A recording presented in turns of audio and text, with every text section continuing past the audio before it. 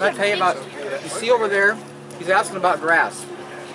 If you look over there toward that tree, you see on the edge the grass is greener than anywhere else. Can I tell you why that happened? This just shows you how brain dead I am. I went to school. Can't walk well, and I mow this grass with a walk-behind mower. I've been doing it for 35 years. April last year, the year before last, I'm coming across this and the water's running on top of the ground. So I can't move fast, the mower is sinking in the mud, and I had to hire a guy to mow my grass, cost me $100. So I'm saying, God, I can't live like this. What do I do? He says, well, cover the wood chips. Can you believe it? God's telling me to put wood chips in my grass. Like, I didn't know. So I did.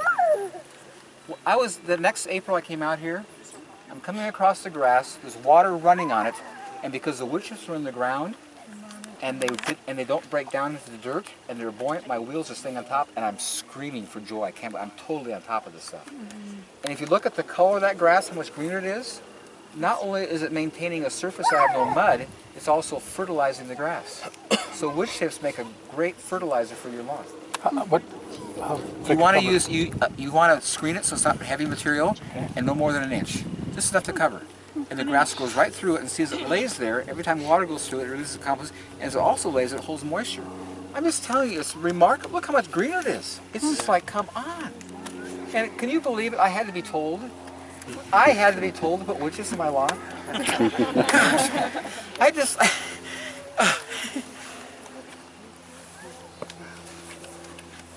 Let's go over here. Who wanted that beet? Some kid. Where's that kid who wanted the beet? Right here. Okay, come on. And then a big kid too. Where's the big kid? The glasses to the Yeah. left. Come on. I'm nearby. I'm not going to miss it. See, these are all pickling cucumbers that are out in my orchard. Pickles? Pickles. Those are pickles. Don't eat those. Someone picked those because they're gonna make pickles, so leave them there. Those are good pickles. See out my orchard, all those pickles? Oh. You see all that nice cabbage under my trees? Oh, yeah. See, there's no place you can't grow things here. Yeah. Is anybody growing leeks? I am. You see those leeks over there? Yeah, they look The good. size of those? Stalks, like, sheesh. They look good. Yeah. How do you make those? I was going to ask. Like you do an onion. An onion. Oh. It's just a big onion. So you eat both ends of it.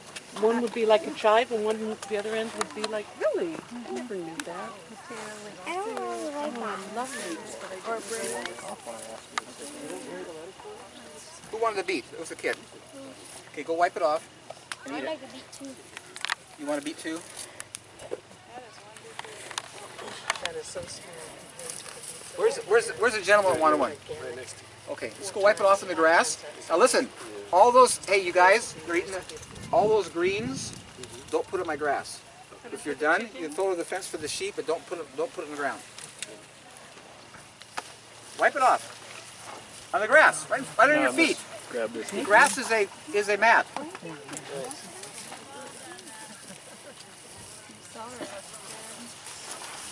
Well, there's something you're not looking. Everything looks good. This is not about me. This is about a covering. Now, here, could you? I want something. Absolutely. It's just, I'm telling you, the covering is. You know, look at that Swiss chard. Look at the nice colors in there. Yeah. And if you haven't had Swiss chard and don't think you like it, go pick a small piece and see how good it is. And your green beans, I didn't even know what those were until I saw those things dangling. Oh, here's something interesting. Broccoli too, but the green beans next one.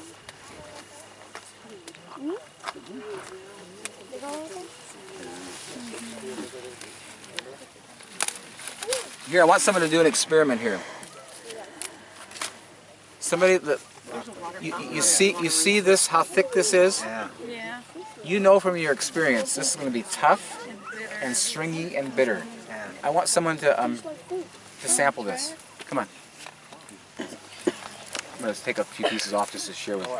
But go ahead and eat those. Even the stem? I want you to start with the stem because you're going to be shocked. Usually this is what we cut and throw away. Right. Yeah, that's Start right. there. Yeah. Twice as good as the top. It is. I discovered Delicious. that today. Do you hear him? Delicious. Delicious. And Yeah. it's tender. It's edible. And you're not cooking it. Yeah. And your teeth work. I'm just telling you, see, all this stuff we do is totally insanity. Can everybody listen to me? When the Creator put man and woman in the garden, He did not issue them a stove and refrigerator. Excuse me? He didn't. It's true. What's that beet like, young man? This is amazing right here. Wow. It's like a Fruit. nectarine. It's that like fruit amazing? instead of Yeah. yeah. No, this is how sweet. It's The amazing. golden. What do you think of that beet? Tastes like fruit. It Like does, fruit. doesn't it? Because it's so sweet. And look at That's look at the thing. water Vanilla coming out. flavor to it. Anyway, the Creator did not issue Adam and Eve a stove and refrigerator for a reason. You don't take live food and put it in the refrigerator and let it die, and then cook it and kill all the enzymes. Yeah, that's what we do. Excuse me? We do things so stupid. And you know what gets my attention?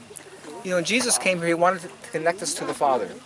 On the Sermon on the Mount, He made a very interesting statement. He says, consider the birds of the air and all the animals. They don't sow, they don't reap, and they don't store food in barns like you guys do. But your Heavenly Father takes care of them. And then He poses a question to get our attention. He says, aren't you of more value than them? What He's trying to say is, my Father planned on taking care of you all the same way, you disconnected. And look at animals.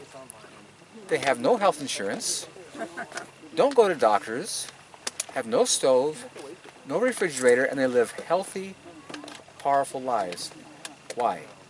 They eat food fresh in season. I'm telling you, it's so simple. It's so obvious. And we don't get it. We don't connect the dots. And so we as affluent, educated people go buy the same dead stuff every week, put it in the refrigerator, and stay sick and miserable because it doesn't taste good, and think, this is how we're supposed to live. This is life. This is good. I'm telling you what happened.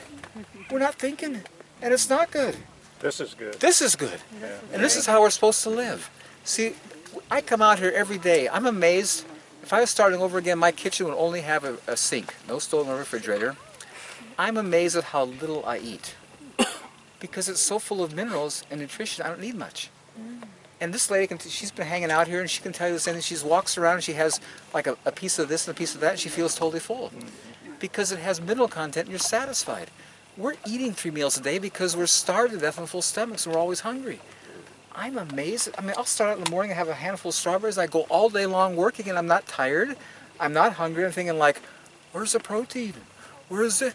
And it's all those silly strawberries. Well, the book says they're not. But my body is saying, well, you're good. You're not hungry. And you're not getting tired. When's the last time you got sick? I'm starting to connect the dots and realizing like, this is how life is supposed to be. Not this sick all the time, not having these allergies and all this stupid stuff and always being hungry, eating 3 meals a day and being miserable. It's not by design. And let me tell you something, this whole thing of getting old and decrepit is not natural. The word says, as your days, so shall your strength be. Getting old and decrepit is not by design. It's not by design. I'm just telling you, I'm feeling way better now at 64 than I did when I was 40, when I was buying store-bought food. I'm thinking like, what's up with this? I'm getting older and I'm feeling better. But I'm just telling you it's how it's supposed to be. Back then I bought stuff in the store, I'm eating garbage. I'm sick. Now I don't. I never get sick. And I feel good. I don't get tired. When I get to bed at 12 o'clock at night, I'm up at 7 and feeling great.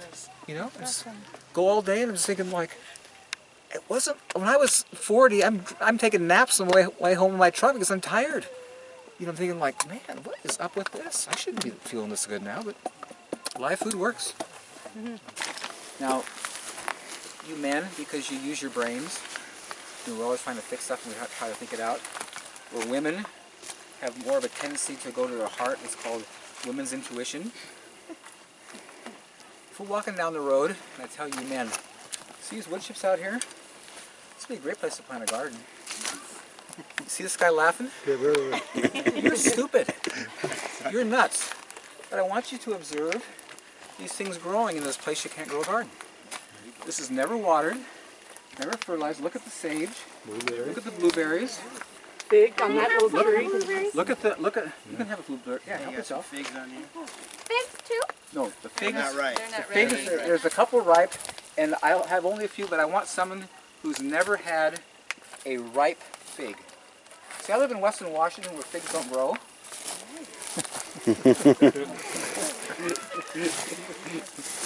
Someone's already eaten those.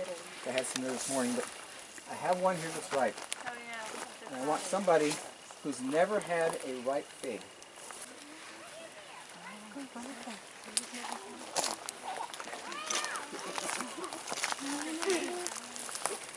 Somebody who hasn't had anything yet, it's been quiet. You, come here. Thank you. Now I want you to be very descriptive. Okay. You start eating that and talk to us.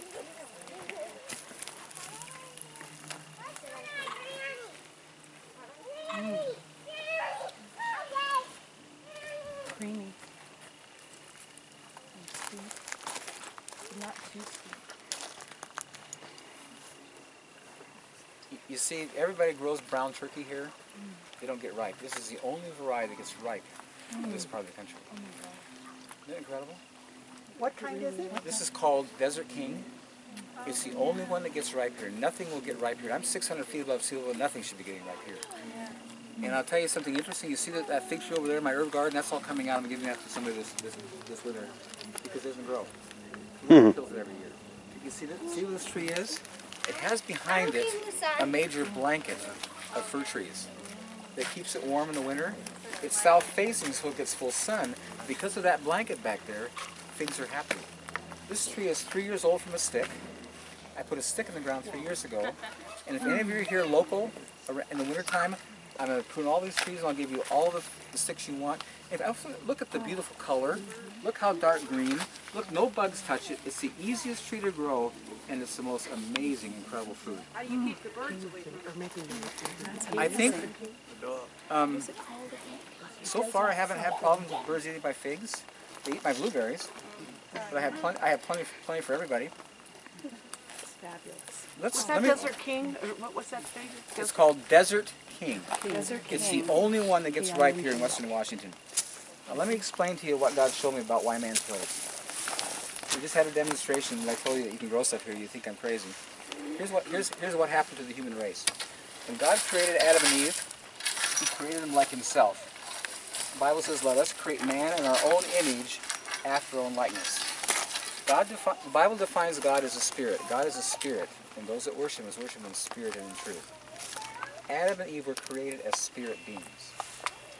And that's why they weren't naked. The body was the clothing for the spirit, and they were fully clothed and comfortable because they were spirit-oriented. And the body clothed the spirit. As soon as they shifted to the natural mind, the tree of the knowledge of good and evil, they realized we're not covered, we're naked. So they got feelings to cover themselves. When man looks at the covering on the ground from the natural mind, he says, you can't grow anything in that, you have to have dirt. And so he takes the cover off so he can see the dirt because he can't believe for what he can't see. And I was blown away. Because what we're doing doesn't work. It's been a total failure. We're losing the whole planet, and man keeps doing it because he's operating in the natural mind. And the Word says the natural man cannot receive the things of God, neither can he know them because they're spiritually discerned. So it says in Proverbs, trust in the Lord with your whole heart, that's your spirit, and lean not on your own understanding. Do not try to figure it out.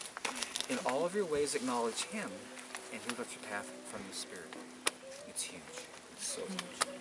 You know what's so interesting? I just love seeing, God just shows me these amazing things. If you come to a man's garden that's really well done, and you compliment him, what's the first thing you hear? How hard he worked to get it that way. Right, track with me? He'll tell you, and I did this, and I did that, and I continue to do that. And that's why it's that good. Everybody tracking? You know what happens in the spirit realm when that happens? God says, I'm out of here. I'm not going to share my glory with anyone. You taking the credit for it, buddy? It's all yours. Have at it. When you come to this place, and all you hear is God, it's all about Him, He says, I can hang out here. I can bless this place because I get the credit. Because that's the truth. It says, every good gift and every perfect gift cometh down from the Father of lights. If it's good, God is the source. And to take credit for it is a lie.